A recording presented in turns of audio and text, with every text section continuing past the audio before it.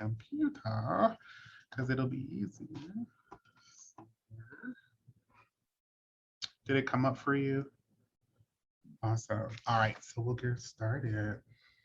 Hello, everyone. Welcome to the Unheard Outsider. I'm your host, Q, and we are back for season 3. And jumping off of this episode today is going to be unpacking mental health regarding women of color, and also kind of unpacking that into different institutions, and specifically in as far as being an athlete.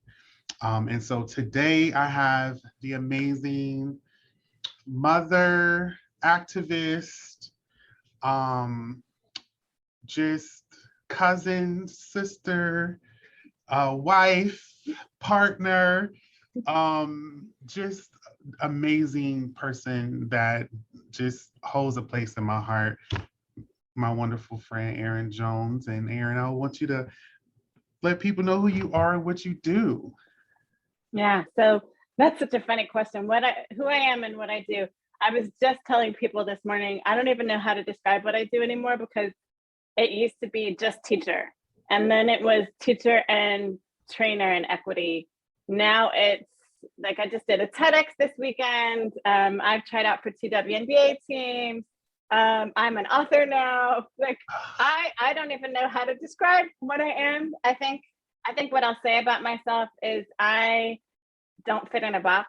Yes. So, and if people are listening, I am 6 feet tall with a bright red afro. So I'm about 6'5". I'm about 6'5".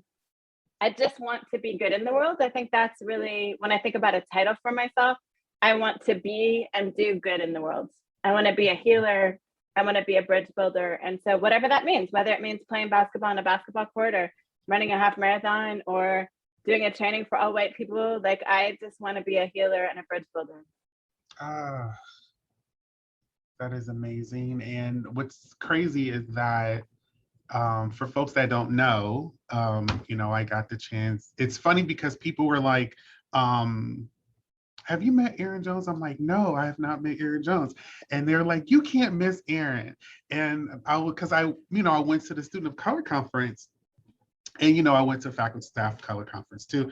And I'm like, I haven't seen it. It was like, you cannot miss it. Very tall, big afro, like you just can't miss Erin. And I was like, I must have horrible tunnel vision because I cannot find Erin Jones. And so it was so great that, you and Parfait crossed paths and then you came to speak for the Ignite program. And I got the chance to experience you in more of an intimate setting, which is phenomenal. If folks haven't tuned in or don't follow you or they need to, I'm telling you all to do so. You will not be disappointed at all. And so so kind. I'm serious. Like I've been in therapy for a while, for a long time. And I feel like, I'll be turning 37 on Thursday. And I have really, like, I'm unpacking a lot of my childhood pain and hurt. Mm-hmm. And it's hard. Like, I didn't really realize, like, oh, I'm good. But I'm like, no, like it's rising to I'm not good. Yeah, I'm not good. Mm-hmm. Because I'm at a point to where I'm trying to I'm trying to gauge where my anger stems from. Like, is it productive or is it stemming from something else? And so I'm unpacking that. My childhood self still needs some care, some loving, some healing. So, and just hearing your journey with our Ignite students was phenomenal, and so inspiring, but also just very moving in a way of how narratives and stories can change people, and show that you're not alone. That's good. And yeah, so I'm just so grateful for you. You don't even know. I'm like, I don't even know how I'm not texting and calling Erin every day. And I know you're busy, but you be like, Q, enough. Oh, So yeah. no, and I'm just, it's in one of the things that really moved me about just the overall was definitely just your journey as being a Black woman who is navigating the world, especially within the athletic world. But I will love, my first question to you is, when we talk about like unpacking the mental health for women of color, what are some things that, you know, non-POCs don't really know, and or men of color that don't know, who identifies as male, don't know that the things that women of color have to go through? So I think I want to back up a little bit and Yeah. respond to, you said you're about to turn 37 this week. And Oh man. I can remember turning 37 was probably the hardest year of my life. So from 37 to 42, 43, I kind of lost myself. Like as a woman of color, I was in leadership at the State Superintendent's office on executive cabinet in a place where I was the token. I was told every day to be small, like don't wear heels, don't, I'm 6 feet tall. I can't be small even if I'm wearing flats. So I refuse to wear flats. I'm going to show up as my full self. But even in doing that, I felt unappreciated every day at 30, from 37 to 42 was really a tough season. And so I think one of the things I would say to you is, I think the age that you're at is a really common age to kind of be unpacking this stuff. And so I started counseling as well. Although I waited till 40, I wish I'd started at 37, as the pain was beginning to manifest itself. But the truth for me is, I just turned 50 this year. Okay. So I'm significantly older than you, but, for my generation, we weren't supposed to talk about mental health stuff. We weren't supposed to talk about abuse. We weren't supposed to talk about all the things. And so we didn't. So we just bottled it up. And I will say that I bottled things up. I was sexually assaulted at 16 and never told anybody about it until I was 40. And that stuff began to manifest itself when I was in my late 30s. And because I'd been bottling for so long and trying to just keep it together, and being a wife and a mother of 3 and being a leader in a space that I wasn't appreciated, it just kind of exploded in my face at 37, 38, 39. And then I got to a position where I just couldn't not go handle it, right? And so I did that unpacking too at 40 and 41. And I'll tell you, today at 50, I'm living my best life. I'm living my best life because I did the work and I let people help me, and I was really vulnerable, and I acknowledged the ways that I had been hurt, and then that I hurt people because I was hurting, right? Like we do, you talked about, before we recorded today, you talked about, you were asking, where's the anger coming from? Well, when you've been wounded, we respond in ways, right? And so sometimes it's with anger, sometimes it's we just shut down. I will say I did a bundle of things. Some people turn to drugs or alcohol. That wasn't me. But there were times when I would turn to running and just run way too much. Like I tried to run it out. We need professional help with that. And so, what I would say to people, whoever's listening, is that, there's so much stigma, and I think it's better today than it was 20 years ago, but there was so much stigma around getting help from mental health providers. And when a lot of my stuff, so I am a Black woman who was adopted by white people, who was abandoned at birth and adopted by white people. Part of my trauma was being abandoned.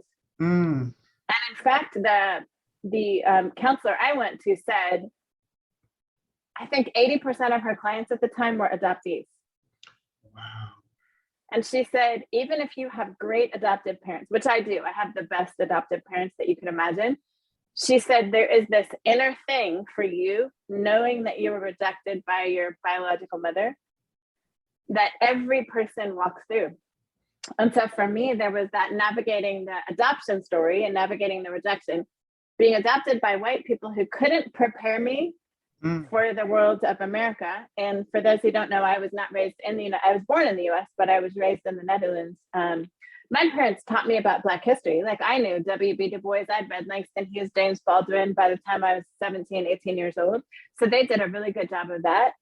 They couldn't, though, help me navigate other things. So when I came back to college in 1989, trying to navigate what it meant to be a Black woman in an elite private Seven Sisters college was traumatic. I'll just put it that way. It was traumatic. I was called the N-word at college. I was told by white people I was just there because of affirmative action. You know, I graduated second in my class from one of the best private schools in the world. Wow. But at 18 years old, when people tell you you're just here because of affirmative action, it's easy to believe that. Like now I'm like, F that. I graduated top of my class. I took 11 AP classes. I was fluent in 4 languages. I played 3 varsity sports. I was MVP and captain of all 3. Like I know now, my 18-year-old self was a badass. I know that now. I didn't know that at 18 though. And so I internalized all of those messages about me. You're not enough, you're not enough, you're not enough. And then you're not Black enough either. And so I was navigating. So I would say, here's another thing people don't understand. Being biracial is another added layer of complexity on things. And then being adopted on top of that adds another layer of complexity. And, you know, I am convinced, having taught for 30 years, I spent a lot of my teaching career in Tacoma, where we have I think it's one of the highest percentages of biracial children in the country are in Tacoma because of the military base. So that military base was one of the only places it was safe to send a Black man who was married to a white or Asian wife. Wow. So think about in the 50s and 60s, if you were a Black man who fought in Vietnam and married a Vietnamese woman, you couldn't bring her back to the South. Right? That could cost you your life. So where did they send them? They sent them here to Tacoma. Well, what that means is we have this generations now of biracial children who've been raised here. And I am absolutely convinced that being Black and something else is one of the hardest things, because you never fit either place. Yeah.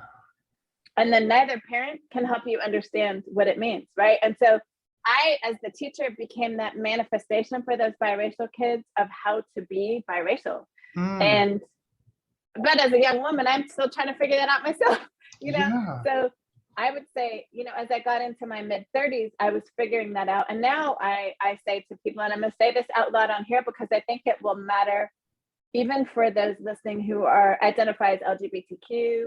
I think anyone who's marginalized, I want you to hear this from me, because this is my heart, my mama heart.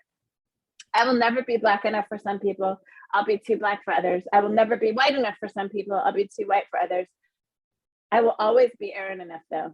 I will always be Erin enough. And so however you identify out there, if you're feeling marginalized, just know that none of us fit neatly into any particular box. And I think that's the danger right now of being American, is that we love to put people neatly into a box. You know, man looks like this, woman looks like this, being gay must look like this, being lesbian must look like this, right? When that's just not how it works. And so what I would say to people is, our healing comes when we can just realize we are enough. Yeah. And how we show up, we are enough. Yes. So if I could say that to everyone in the world, like, just do you. Stop trying to conform to someone else's idea of who you should be. And I think so much of our brokenness is people telling us you're not enough of this, you need to be more of that. If we could just see our children as unique, independent, beautiful humans and not try to fit them into boxes, imagine how different the world would be.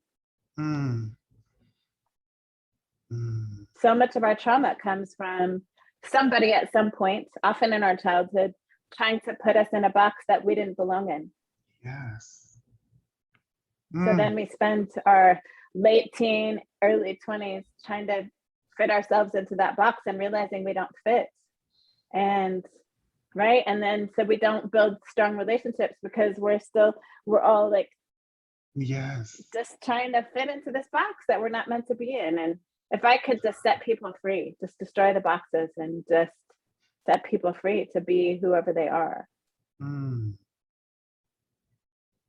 Yeah, I think one of the things for me that I'm working on is, you know, is, knowing that I am enough, Mm. and Yep. I'm working on that.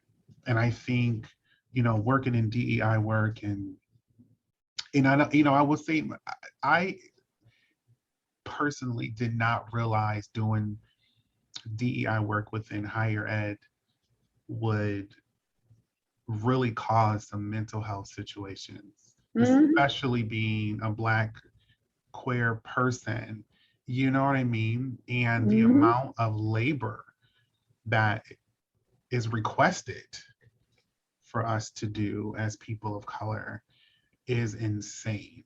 And so for me, I'm like, if I don't go to this therapy session every week, I don't know if I'm gonna make it next week. And I can't, Dr. Hamilton, if he ever listens to this, he's a fantastic Black man in Seattle who is my therapist. Yes, I have a Black therapist. The first, let me be clear. Yeah.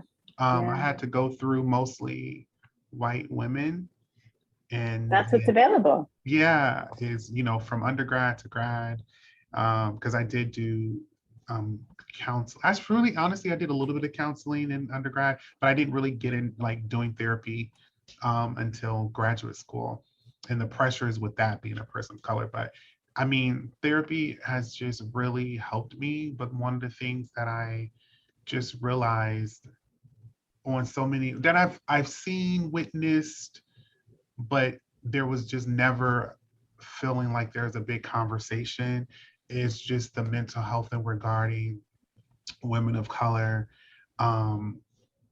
in general, especially women of color who have lost kids to by the hands of the police and other things. And well, and I'll add, you don't even have to have lost kids to the police, right? So both of my boys, both of my large Black men, so I'm the littlest one in my house at 6 feet tall. My boys are men now, and they're both over 300 pounds. They're both over 6 feet tall. Both of them have been pulled over at least twice by police. I mean, just the threat of that for a mom, for a Black mother, is enough. It doesn't even require that your son die at the hands of police. I will just say the anxiety that exists for us as our men go out of the house, especially when they live with us and they go out of the house, and we worry when it's midnight and they haven't come home yet. Yeah. Like there's this piece of you that is constantly in fear, even right here in Western Washington. Wow. So I've been out here for a little bit over 4 years, and I'm saying this to be honest, and I have engaged with a lot of people of color, and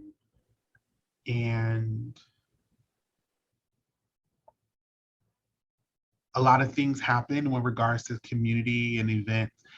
But the one thing for me that I find to be very interesting to me is the state of Washington in particular is really good at, LGBTQ and racially, it's really bad. And also I feel like even the conversation centering around Black folks and particularly like Black women. And what are your thoughts on that? What do you think is the issue? Because I've been wanting to ask you that question, because I know we're getting there, but there's a part of me that feel there is a hierarchy system happening with the race here in Washington, and that I personally feel like Black folks and Black women in particular are at the bottom of that list of getting some type of support. I have lots of thoughts because we've lived here now for 24 years, but I've actually lived in 6 states and I've traveled to 40. So, and I've lived in 2 countries. So I have lots of thoughts about that. Number one, Washington State, I call it selectively progressive. So, and what I mean by that is we're progressive in places, not across the state, I mean, we almost always elect a Democratic governor, but if you go to different places in our state, literally just east of Seattle, super red, it's super red. So Seattle proper tends to vote Democrat, and that's the largest voting bloc. So they tend to elect, just Seattle by itself elects our statewide people, which is why we tend to have Democratic folks there, because they're the largest voting bloc in our state. But the rest of the state, I get to travel the state. The rest of our state is not. But even Seattle, I would say Seattle for me, having run for public office, Seattle proper is the most racist place that I have lived or that I've spent time in my 50 years of life. Wow. And here's why I think. So I've spent a lot of time thinking about this, a lot of time, especially after I ran for office. I think it's partly because Seattle thinks itself better than it is. And I think this is true for most things. When you are unaware of a blind spot, or you think yourself better than you are, that's where you're about to get your butt whooped. I think about that on the basketball court. Like if I walk out onto the court and I think, oh, I'm going to dominate her because I'm bigger than her, and then she shows up and she's like faster than me and has a better shot, like that's the harm. That's Seattle right now. Like Seattle thinks it's 6'7" and I'm just going to dunk every time. But Seattle's playing against a 6'5" person who can dunk over you. I think Seattle likes to think it's all better than the South. And so here's what happens then. Seattle doesn't think it has work to do because we're not the South. So we don't have work to do. Like, look at us. We didn't have slavery up here. Well, guess what? You did redlining.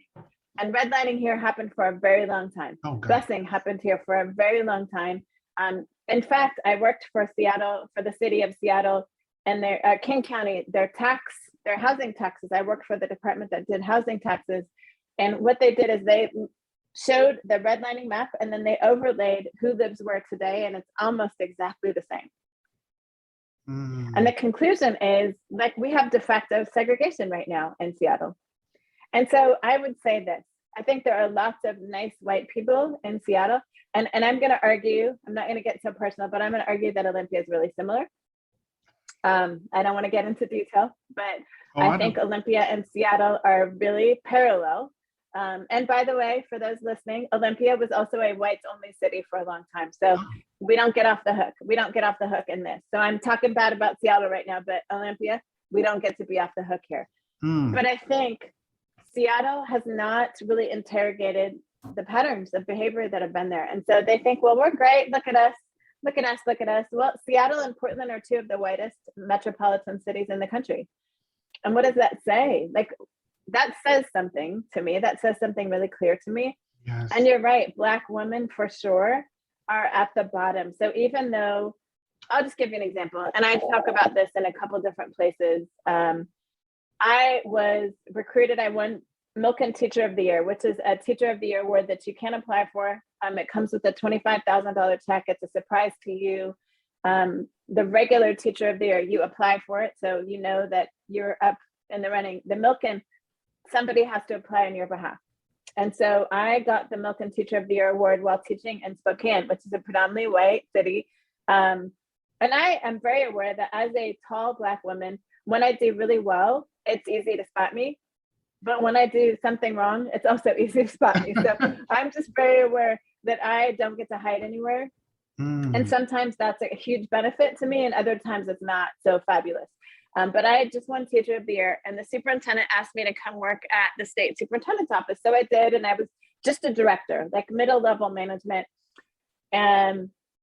which is great. I mean, it was really lovely to work in middle-level management. And then she didn't get reelected, and I was promoted by the next superintendent. I thought I was going to lose my job because I'd been hired by the woman who was not elected, but he instead promoted me to cabinet. And I'm getting ready to go to my first cabinet meeting. 2 stories I want to tell.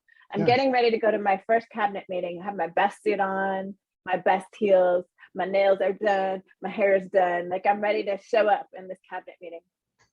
And I get there early because I'm Black and because I know how to navigate spaces, I know to get places early and to watch, to spy out the land and navigate and make sure, okay, where's the safe spaces, where not. I've learned to feel that stuff out. So I was going to get to the conference room early, and I get there about 20 minutes early, and there are already 2 older white men inside, and I can hear them talking. And as I get to the door, I haven't crested the door yet, but I'm right on the corner. One of them says, "Who's this Erin Jones girl?" I was 37 at the time. "Who's this Erin Jones girl?" Now, I know I look younger than I am, but still, who's this Erin Jones girl? I had grown children by that point.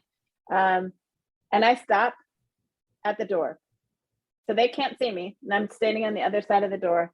And the other one says, "Oh, we're getting a lot of crap because we're a bunch of old white men. We needed a cute Black girl Wow. on our cabinet so that we wouldn't get so much crap."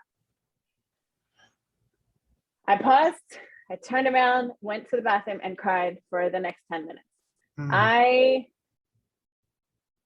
Wow, to hear that out of someone's mouth. When I'll offer that I already wondered, I'm going straight from the classroom to cabinet. Like, who does that? Nobody does that. So I'm already dealing with some imposter syndrome anyway. And now you articulate, like, that's how I got here? That's how I got here. Now, here's the beautiful end to that story. So this was on a Monday, and I said nothing in that meeting. I was so upset. I literally just said my name and just shut up I was so done. I was so done already on my first day. On Friday, the Seattle Times posted this full, like, half-page article about me.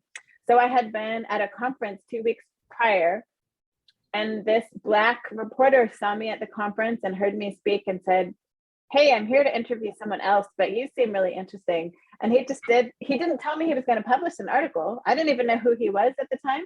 His name's Jerry Large, by the way. He just retired from the Seattle Times, but he put out a full spread in the Seattle Times about me. And so the cabinet members got to find out my resume in the Seattle Times, which is kind of awesome to not have to do it myself, because here's what I'll tell you also as a Black woman. I have to come into every space with my resume out in front of me in ways that my white peers and white men definitely do not. People just assume, they assume that this person's credible. I have to constantly, even just recently, I have to constantly have my resume out in front of me. So second story I want to offer. So I'd been sitting on cabinet for almost 2 years, and I overheard somebody talking about how much they were getting paid. And I was like, wait, that's like $10,000 more than me. And I know I'm doing more work than you. And so I went to I can't remember, I think I went to the chief of staff and said, "Hey, I'm a little bit confused. Maybe I misheard this person, but I think they're making this much." And what he said to me is, "You need to wait your turn. That person has served 20 years as an administrator. You need to do your time, honey." Oh. And I was like, wait, I'm actually doing more work than that person. I don't care how many years they have in administration. It should be about the work that I'm doing right now for you. And that was the beginning of the end for me. I was out within months after that. I got recruited somewhere else, and I was like, yeah, I need to be set free. But I think as Black women, we're taught not to question. We're taught to just go with it, take what you can get. The last straw for me was I went to our state superintendent and told him I felt tokenized. First of all, I don't think he knew what that word was. I think he thought I was calling him a racist, which, I mean, in a way, I guess I was, but I just said, "I feel like you're tokenizing me. I feel like you use me because of my skin to get in with Black and brown people, or to make it seem like you're doing work that the state is not actually doing." And he was so angry. He yelled at me that day, and that was the last straw for me. He was like, "Yeah, I'm out." And I think we take it for longer than we should. I think as Black women, we take abuse, and I'm going to call that abuse. It was the way that I was treated was abusive in a lot of ways. And I think we are taught to just take it. I'll tell you what, at 50, I won't take it anymore, though. Like, if I learned nothing from running for office, I learned I will not take people's abuse. I won't receive it. If you can't call me in with love, if you can't critique me with love, you don't get my energy or my time, period. I wish I'd believed that at 40 and 45, but I learned that from the campaign. Can you speak to just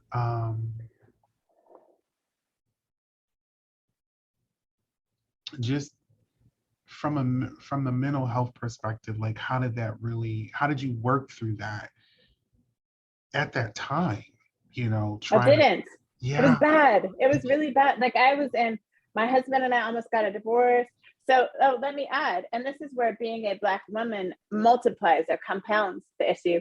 I had 3 teenage children at the time, and my daughter's mother committed suicide. So we had adopted her at 9. When she hit her teen year, she was just a nightmare. And she will, I mean, if she hears this, she knows she was a nightmare.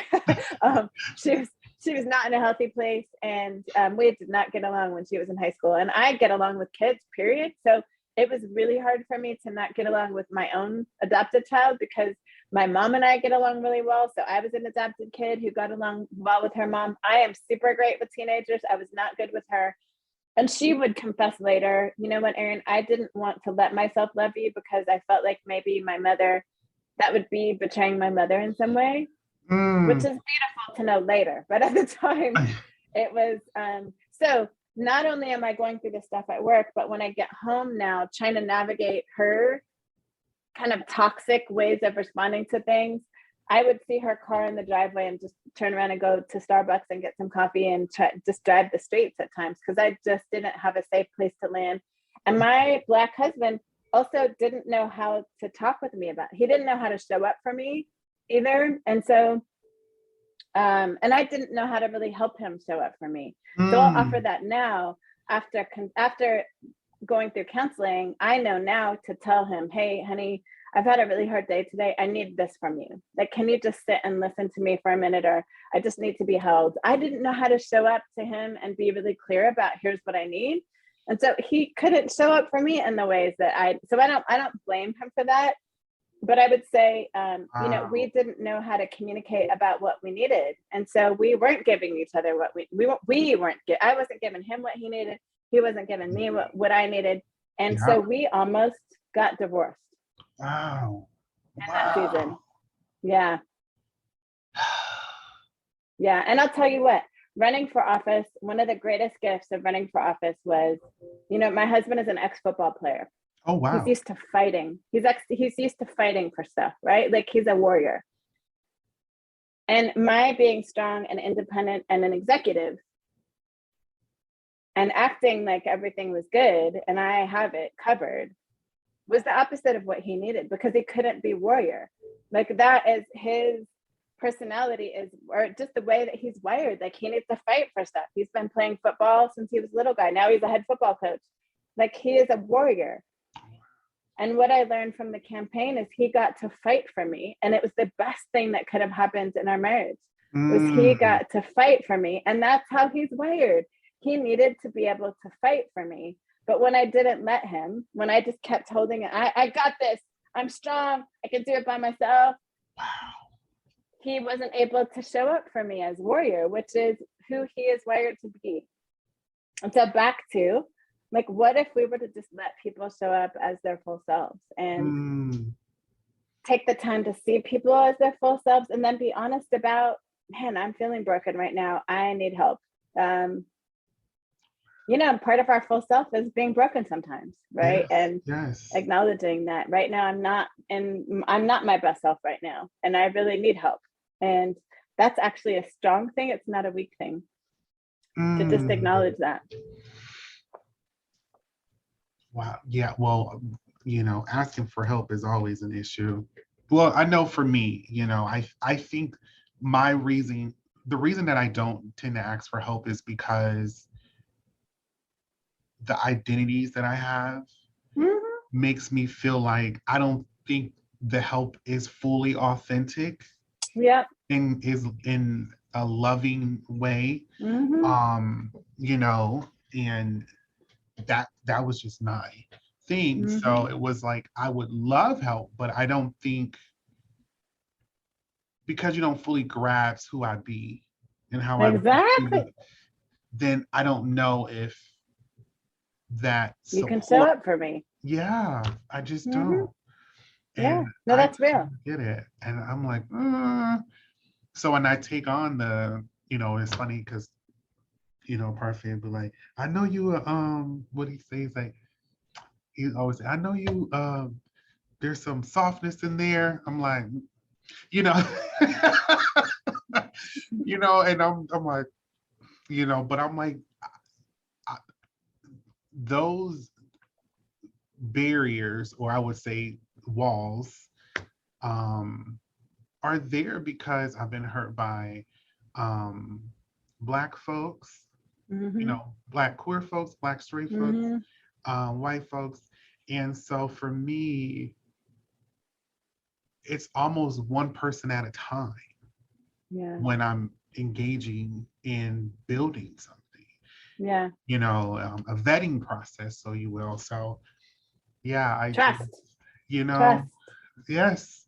And I'm working on that too in therapy. I told I was like, trust is a really big one for me. And he was like, okay, well, we'll work through it. And and healing, and I was like, it'll get there. So I just takes really time.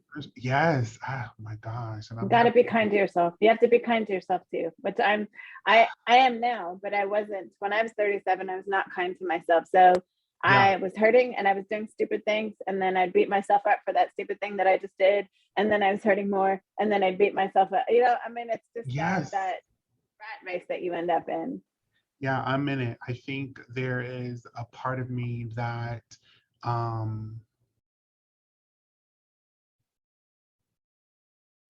feel like goes back to what you said, feels like I have to be something that I'm not, a part of me. And because of the ways of how the institution moves and goes, and I always say this to people all the time, that doing the podcast and having these conversations is the one place where I feel like I can be myself, I can be honest. I'm engaging with people that I know want to do the work, or is about that life in a lot of ways. And so, but when this is over, I'm like, okay, the walls go up, because now I have to figure out, you gotta navigate space. I gotta navigate, like, who's safe, who's not safe. Yes, and it's really difficult. And I'm learning a lot. I'm learning a lot about myself as I get older. There's some things that I'm excited about for myself, that as far as trajectory and change of career and things like that. But and the mental health in regards to that. And I just also, I know we talked a little bit before we started, though, is really, and you hinted at the fact of being an athlete. And I would love, as we close out, to just really let people know, just from your experience, what being a woman of color and an athlete, and the mental health around that. Like, if you can share your experience. Sure. And there's another thing that you just hinted at now that I never got to, but I want to say too. Yeah. Being in the work of DEI as a Black person and also as a Black woman, here's the exhaustion of it. So I'm teaching white people how to be better to Black and Brown and other marginalized communities, while having to navigate it outside of my workspace. Yes. So I am walking through Nordstrom's and being followed. I am being followed in my neighborhood by little white children with toy guns, right? So I don't ever get to leave it. So some people get to leave their work at home, or at the job. I don't ever get to leave my work. Just flying on a plane becomes exhausting. Like, I just did an article for Crosscut magazine, and I talked about one of the best things about the pandemic was not having to fly, because 90% of the time I fly, people put their hands in my hair. Oh, my beautiful afro. Yeah, people will just randomly put their hands at SeaTac Airport almost all the time. Oh yeah, and like from behind me, like they just come from all across. And I was just saying, the microaggressions in airports are the worst for me. And being on Zoom I've been able to avoid all of that. So, it's just those little things. It seems little, but those things pile up over time. And so I'm training people while having to negotiate all of this stuff myself. So, teaching about equity while watching George Floyd's murder happen, being from Minneapolis, Minnesota. So you need to get my book, because I talk about that in my book. But Yes. so there's all of that stuff. So back to being an athlete and mental health. We learn as athletes, whether you're male or female, you learn as an athlete to push through stuff. And I would say, because I'm 50, in the 70s and 80s, we were taught, you have a sprained ankle, keep playing on it. Like, we're going to put a brace on it and you just keep playing. Got a concussion? Well, tomorrow, rest tonight, but tomorrow you'll be back on the court. Right. And we just would play through stuff. And I think in a lot of ways, we just didn't know what was the consequences. So my husband says this all the time. He played Division I college football. And, at the time he was a football player, D1 school, big school. They didn't have all these concussion protocols because they didn't realize the harm it was causing. So we've had a couple of friends who've died, who had so many concussions that when they got to be our age, I think our last friend died at 46 years old. We'd seen him in Costco, and then the next week he was gone. Lived right here in Olympia, big black guy, used to play for the Seahawks. But back in the 80s, they just didn't know the impact of that stuff. And so you just played through it. You just learned to play through it. In college, I can remember my freshman year, I was a star. As a freshman, I was a star on my team. And I got the flu really badly. And I was sick all week. So I didn't go to practice all week. And we had our biggest game on Thursday night or Friday night. I can't remember which, but my coach called me and said, Erin, we need you. We have the big game tonight. We need you there. And I'm like, Coach, I haven't been in class all week. And he's like, I don't care. We need you there. And I scored 35 points in that game. So I scored more points than I'd ever scored in my career in that game. Because I was like, I'm going to show you. But I think about the ways that I put my body on the line.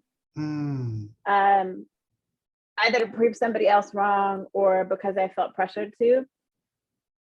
And I think that's really typical of especially high level athletes, especially once you get to that college level playing and semi-pro and pro. And so to watch, some of our female athletes right now who are Black women. Yes. Say, yeah, I'm done. It's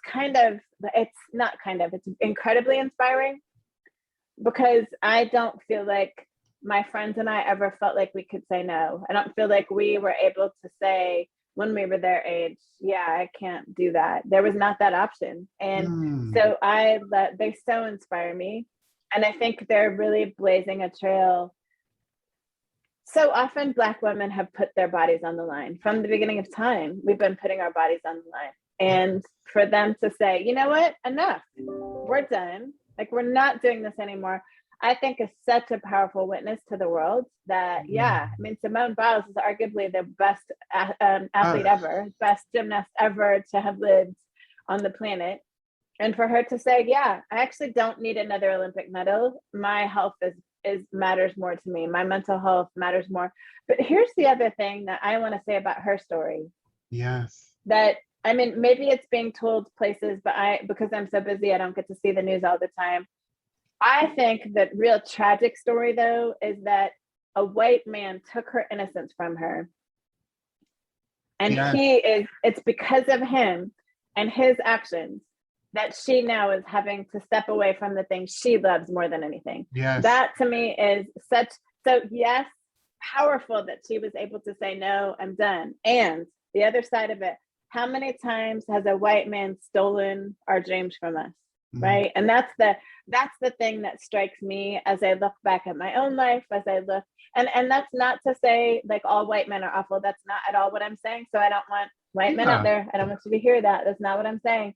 What I'm saying though, is that too often being a white man means you're not held accountable for really horrible things that you do to Black, like how many Black women have been raped and their dreams raped from them, whether they're physically raped or emotionally abused. I can think about a boss that I had who, this is a crazy story that I'll end with, but I got an award from President Obama. And when I came back from my time at the White House, my boss at the time, who's a white man, I'll never forget, he called me into his office and sat me down, and he stood up over me.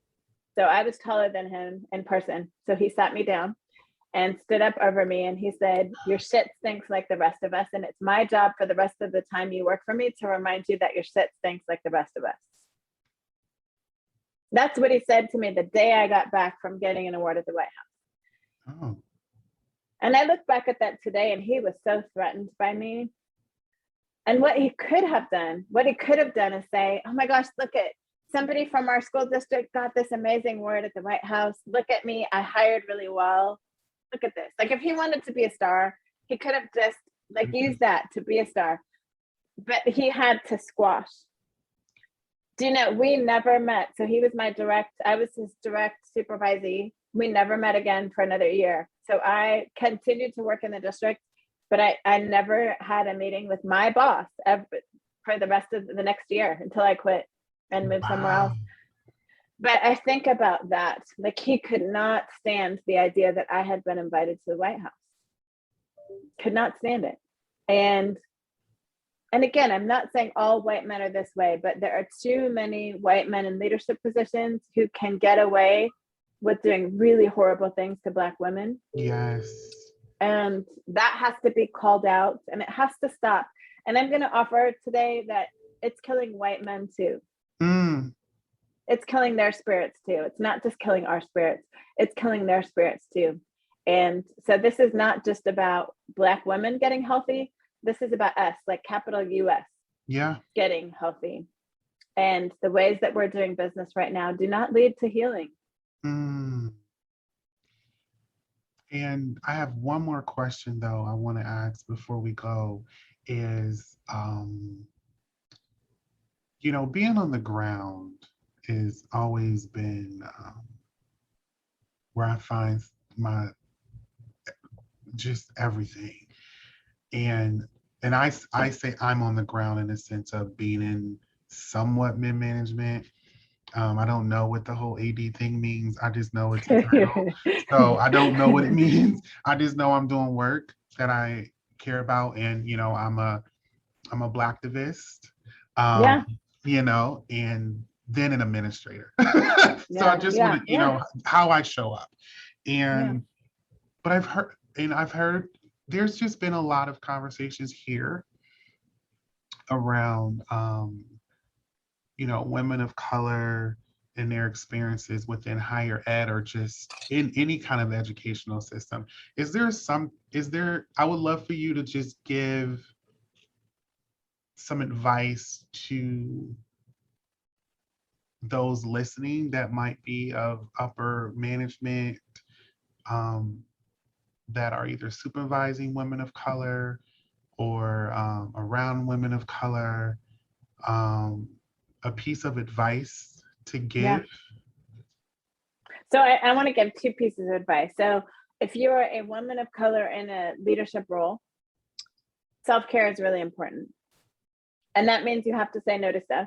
It means you have to have your circle of girlfriends that you can go to whenever you need to. You got to have people around you who are going to be your champions, because your colleagues are not often going to be your champions. So you've got to have your people that you can just go and say, oh my gosh, I had a crappy day today. Here's what happens. And just bleh, and let them hold you and cry with you and all of that. You got to have your people, ladies. So if that's you, you're in executive leadership. What I know is that you're probably alone. You're probably the one. And if you're not just the one, you're one of two. Like, I just know this because it's just, there's so few of us in executive roles anywhere that you're probably alone. To find other people like you. They don't have to be in your state. That's the beauty of Zoom right now. So I have a convening that I do twice a week, and actually, Q, you're welcome to come anytime you want. I convene a group of folks who care about equity every Monday night, and we are just community for each other. We just are community for each other, and we troubleshoot and we listen to one another, and it's just this beautiful space. So find your people. For those of you who are not Black and you are supporting leading Black women, it is really important that you give those Black women space with each other. So I just had a superintendent ask me yesterday at a conference. So I have just a few Black people on my staff in several different schools. So she has a pretty small district. I think there are maybe 6 schools. I said, get them together. So find your Black folks and give them space together And you just first just sit and listen and tell them, you know what, I need to really hear you, the good, the bad, the ugly, and you need to listen. Like, shut up and just listen. And then if they say they need space by themselves, give them space by themselves. Like, you step away from the room, and guess what? Who cares if they want to talk about you the whole time? Probably they don't, because you're really not that important. But give them space to just be together. We need space to just be able to talk without having to explain ourselves all the time, without having to give the background. When I get together with other women who've been executives or who are now, there's a way that we can walk in and share a piece of a story, and automatically we're all telling the end of that story because we've all been through the same thing before. We don't have to explain details because we've all been through it before. There's a language that we all speak. And so white leaders, don't see that as a threat to you when Black women or Black men want to be together and just talk. That's not a threat. I just want to give you an analogy. So I speak 4 languages. I speak English, Dutch, French, and Spanish. Even though my French is really good, I haven't lived in Europe since I was 18 years old. So I can speak French really well, but it's exhausting because I have to like turn on my brain now, and I'm not using it as much. And so it takes a lot of work. For Black folks in your workplace, they are translating all stinking day long. They are navigating. They are trying to watch their peers and colleagues. They're trying to use the right words so that they won't be offensive to people, so they'll be understood. They're trying to figure out, what can I wear here so that I'm not offending people? How do I show up as professional? There's all this stuff that we are having to think about that y'all just don't have to think about. And so part of our having space on our own is to just be and to not have to translate. It's exhausting to translate. So if you have ever been to another country and you felt what it feels like to not understand people and to have to work really hard, that's exactly how a lot of your Black staff feel every time they come to work, every single day, 6 to 8 hours of every single day. That's what's happening for them. And so give them a break. Yes. Like, the other reality is, not only are we doing our work, but we often have to bear the weight of supporting other Black people around us. Yes. And supporting our communities in ways that white people don't even think about. And so we are not just doing our job, we're doing our job and then some. You know, I'm headed to a board meeting after this, and I'm sitting on 4 boards. I'm sitting on a national board and 3 local boards. White people are not being asked to do as much. Because I'm one of the only Black women at my level, I get invited to sit on every stinking board that is related to education. And I have said no to everyone in the last 2 years. I get asked almost every other month to sit on a new board. I'm like, no, I'm done. Like, it's free. Sitting on a board, you're taking my time, which actually costs at this point. If you're not going to pay me to sit on a board, I'm not going to sit on your board. I'm not going to be your Black face on your board. Not going to do it. But a lot of us are dealing with the weight of that on top of our job. So I hope that answers your question. It answers my question and many other questions.